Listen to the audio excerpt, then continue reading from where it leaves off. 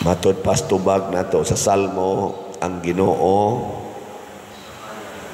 akong kahayag ug akong kaluwasan. Sa imong kinabuhi, tinuod ba nga ang Ginoo gyud imong kahayag ug kaluwasan? Tinuod dili. Wa na jud ka mamakak. Kinsa dinhi ang wa na gyud mamakak tas kamot. Istoryahe. Wa gid lagi. Wa na gyud mo masuko. Kinsa dinhi ang wa gyud masuko sugod atong pag Miyerkules sa Badlis nasa kamot. Bantay ha. Usar man kabuk sige giisa. Mao na kung ang Ginoo na gani mo'y atong kahayag ug kaluwasan, magsunod kita sa kabubutos Ginoo. Nya unsaon man nato pagkahibaw sa kabubutos Ginoo? Maminaw kita niya. Muna si Maria, igsuon ni Marta og ni Lazaro, iyang gibubuan og pahumot ang tiil ni Hesus. Kay hinumdum atong unang bisita ni Hesus nga nireklamo si Marta. Kay si Maria nagsige rag paminaw ni Hesus. Si Marta nagkapuliki ug andam didto sa kusina. Si Maria naminaw ra ni Hesus. Pasabot iya gyung gi-absorb unsay kamatuoran nga gisulti ni Hesus. Ug usa sa gisulti ni Hesus, aning mga adlaw patyon ko nga inig abot na aning panahon nga magsaulog ta sa pista sa pagsaylo, dako nga kasaulugan sa Jerusalem, ila kong ilansang sa cross. Nya kay kani unom naman lang ni kaadlaw sa dili pa ang maong kasaulugan, nituo man si Maria nga wa mamakak si Hesus, mao tong iya na lang gi anoint daan ang tiil ni Hesus. Kay ilam ng batasan sa una nga kanang igdayong lubong butangan yung pahumot ang lawas sa minatay. Nindot no. Pero kita wa gyud naghuna-huna nato anang kamatayon. Kasagaran gyud mahadlok gyud mamatay. Kinsa ninyo dinhi ang di na gyud mahadlok mamatay, di na san mahadlok nga mamatay ang inyong mga mahal sa kinabuhi ta sa kamot. No, tanawa. No na.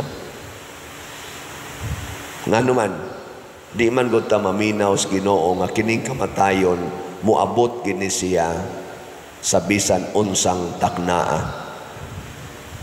Imbis nga mangandam ta, magsigi manon taglikay. Ang hustisya, matod pa diri sa unang pagbasa, ipatunhay gyud sa iyang sinugo. Kinsa maning sinugo sa Ginoo nga maoy mo pabuka sa mata sa mga buta o akatong naas kangit-ngit mudan-ag ang iyang kahayag, niya mo pagawas sa mga binilanggo, mao ni ang kahayag nga si Hesus. Unsa may gisulti ni Hesus nato, pangandam mo kanunay sa takna. Ana, ngilingay mong tupad. Hinanganong mingaw magkaikadiha. Andam na ka? Andam na? Oy, andam na ba? Oh, sige, glikay.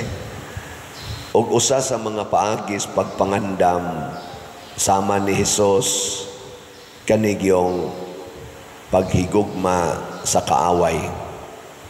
Kana bang kaaway nimo imong higugmaon?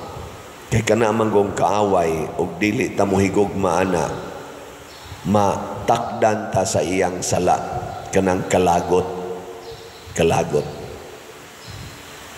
Kinsa man sa ato rong mga politicians ang nagsigi jog higugmas kaaway be na mo na ibutaran kanang sige pakigaway ay lang nagbutari. Ikaduha, ayaw gyud higugmas kwarta.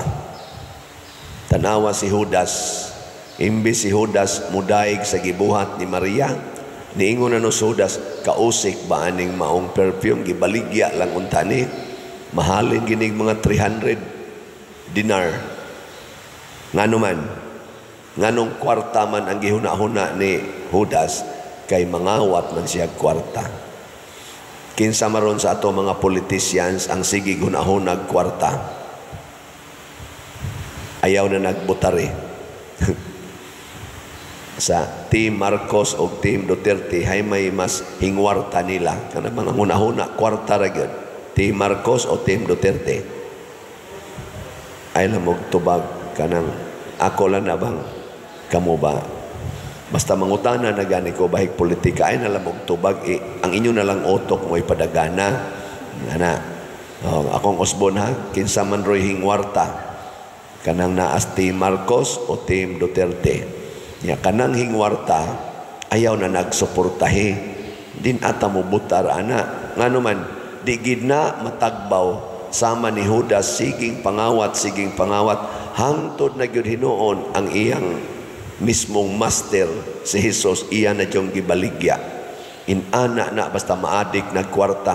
Maubitan ng uban ato mga politician, bali-bali lang na sila. Hain ganitong pabor nga mudaog sila or makakwarta sila, adto sila mo suporta. Karon suporta sila diri sa pikas kay kanimay makakwarta sila. Human karina sang pikas. Maunay mga kinaiyas, mga hingwarta, mga balimbing, way mga baruganan, way backbone. Backbone ba? Paling-paling lang. Ana. Lingiyay mong tupad, ingna kay backbone. Ingna kay backbone. Hoy, kung watay backbone, watay hostisya, magbali-bali rata. Example, kanang pagpalit og slot. Unsa man? Naamoy backbone, wa. Unsa roy inyong baruganan? Karong si manaha, mo palit mong slot, dili. Moingon gani ka, depende, awa kay backbone. Paghimog yung desisyon, aron makapalit kag slot. Pareha ko na ng labandira nga, nagsigig palit na tog slot, dire, kausagis usa ka semana, mo palit gid siya. Usa ra siya, labandira o sulugoon. Maid ra ba? Simple nga maid. Ako gina siyang daigon. O giampo na ako nga mulambo ginang iyang kinabuhi. Kada gid semana mo palit siya usa ka slot. Sa usa ka tawo nga galisod na ganig palit og bugas para sa iyang tibuok pamilya. Nya maghuna-huna gid siya baruganan gina niya nga kada semana mo palit gid siya slot. Maunay dunay ligong baruganan pero kanang moingon depende lang pader. O medyo luag-luag, palit, o wa gani, ada, nganong unahon man na tong slot, oy. Nana. Unsa may makapalangit, sige kag pausaban ng imong balay, sige kag papintal, palit ka ng mga gadgets, mga para sa imong make-up, para sa imong maintenance, para sa imong mga ganang suroy-suroy, para sa imong mga gadgets. Makapalangit na og mamatay ka, ugma. Pulos yun na, way kwenta. Pero mupalit kag slot, inigatubang ni mo dito, tuwa si San Vicente Ferrer. Di ba? Nipalit mo kag slot para sa parokyang San Vicente Ferrer. Tuwa dito, gaatang ng daan. Lord, palihog in town, impernohonon man gina, pero nakapalit ba ng slot before siya namatay. Pwede, Lord, ciao, ikaw na good na inting. So, daya. Mo na palit yung mo SBF DAG 500 yan napatay God's Healing and Deliverance para magyapon as pistang San Vicente 100 pesos na o 600 na niya kay si Mama Mary katong atong itabang Father Arnel 100 man sana kanang haligi para ni Mama Mary palit sa ka makapalit yung kag 700 di magka sunod simana patay na yun ka kay mamatay man kita, di jud ka malangit, di malangit, di jud ka maimperno. Nga naman, dinan ka ng imong gisakripisyo. Nya karon pag yung si manaha kay ting fasting abstinence, ang uban karon kanang mga wa kayo'y Ginoo, hala suroy kay taas kayong bakasyon, suroy kaon ana ngadto beach ana, ayaw ana gasto kay nastanan. Imbes imong isuroy pag ampo dihas inyo, pag hinulsol, panglimpyos imong kalag, basa kag Bible, attend ka sa atong mga Holy Week celebrations, kanang mga recollections, anang mga activities sa procession, kanang veneration of the cross, kanang misa sa commemoration sa Last Supper, hangtod nagis Easter Vigil, nya huwag ka dito sa kolekta, ana. Di ba?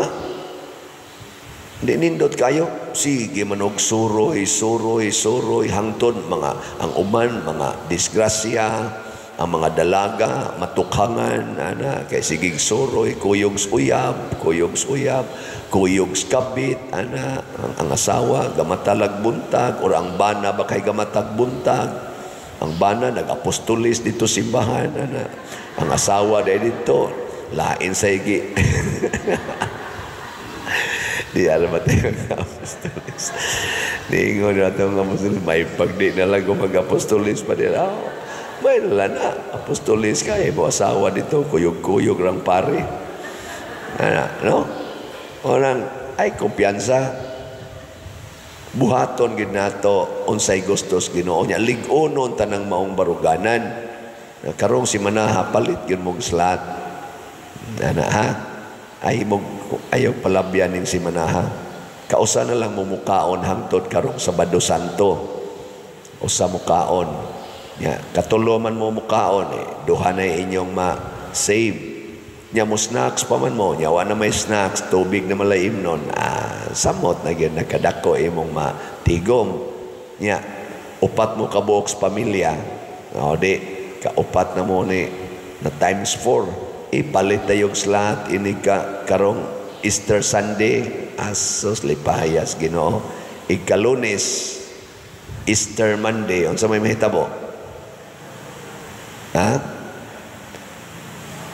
Unsa may mahitabo?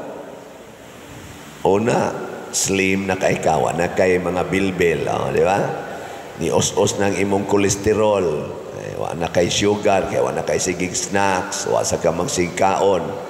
Niya, nawa pagin imo mga arthritis, na hasta imong high blood, ibalansi na, normal na imong high blood, ang imong dugo. Niya, holy pagyod ang imong, balaan pagyod ang imong kalag, pagkadaghanas magain. Pero sigig suroy, kaon, paghuman, sakang kolesterol, sakang sugar, niyap, sige pang tinukhangay dito ay mga kasal, hala, buligo na kay kalag, ana, wa, sagyod ka simba, kay sige laglaag, ana, samot na gyud ka. Inighuman sa Holy Week, ikaw nahimong evil. Imbis nga Holy Week, nahimong evil week. Di ba? Atong iyampo, ang atong mga katauhan, labi ng atong mga politicians karon, o sa samang higayon, mupili sabta ang tinuod nga tao nga nagsunod sa Ginoo, mangandam gyud sa kamatayon, ug usa sa pagpangandam sa kamatayon mao gyud ang pagbiya sa sala, ug ang makabiya sa sala kana gyung paghigugmas kaaway, pagpaambit anang bahandi, dili ang pagtigom sa bahandi ug labaw sa tanan, kana gyung antos alang sa kalipay sa katilingban, samas gibuhat ni Jesus.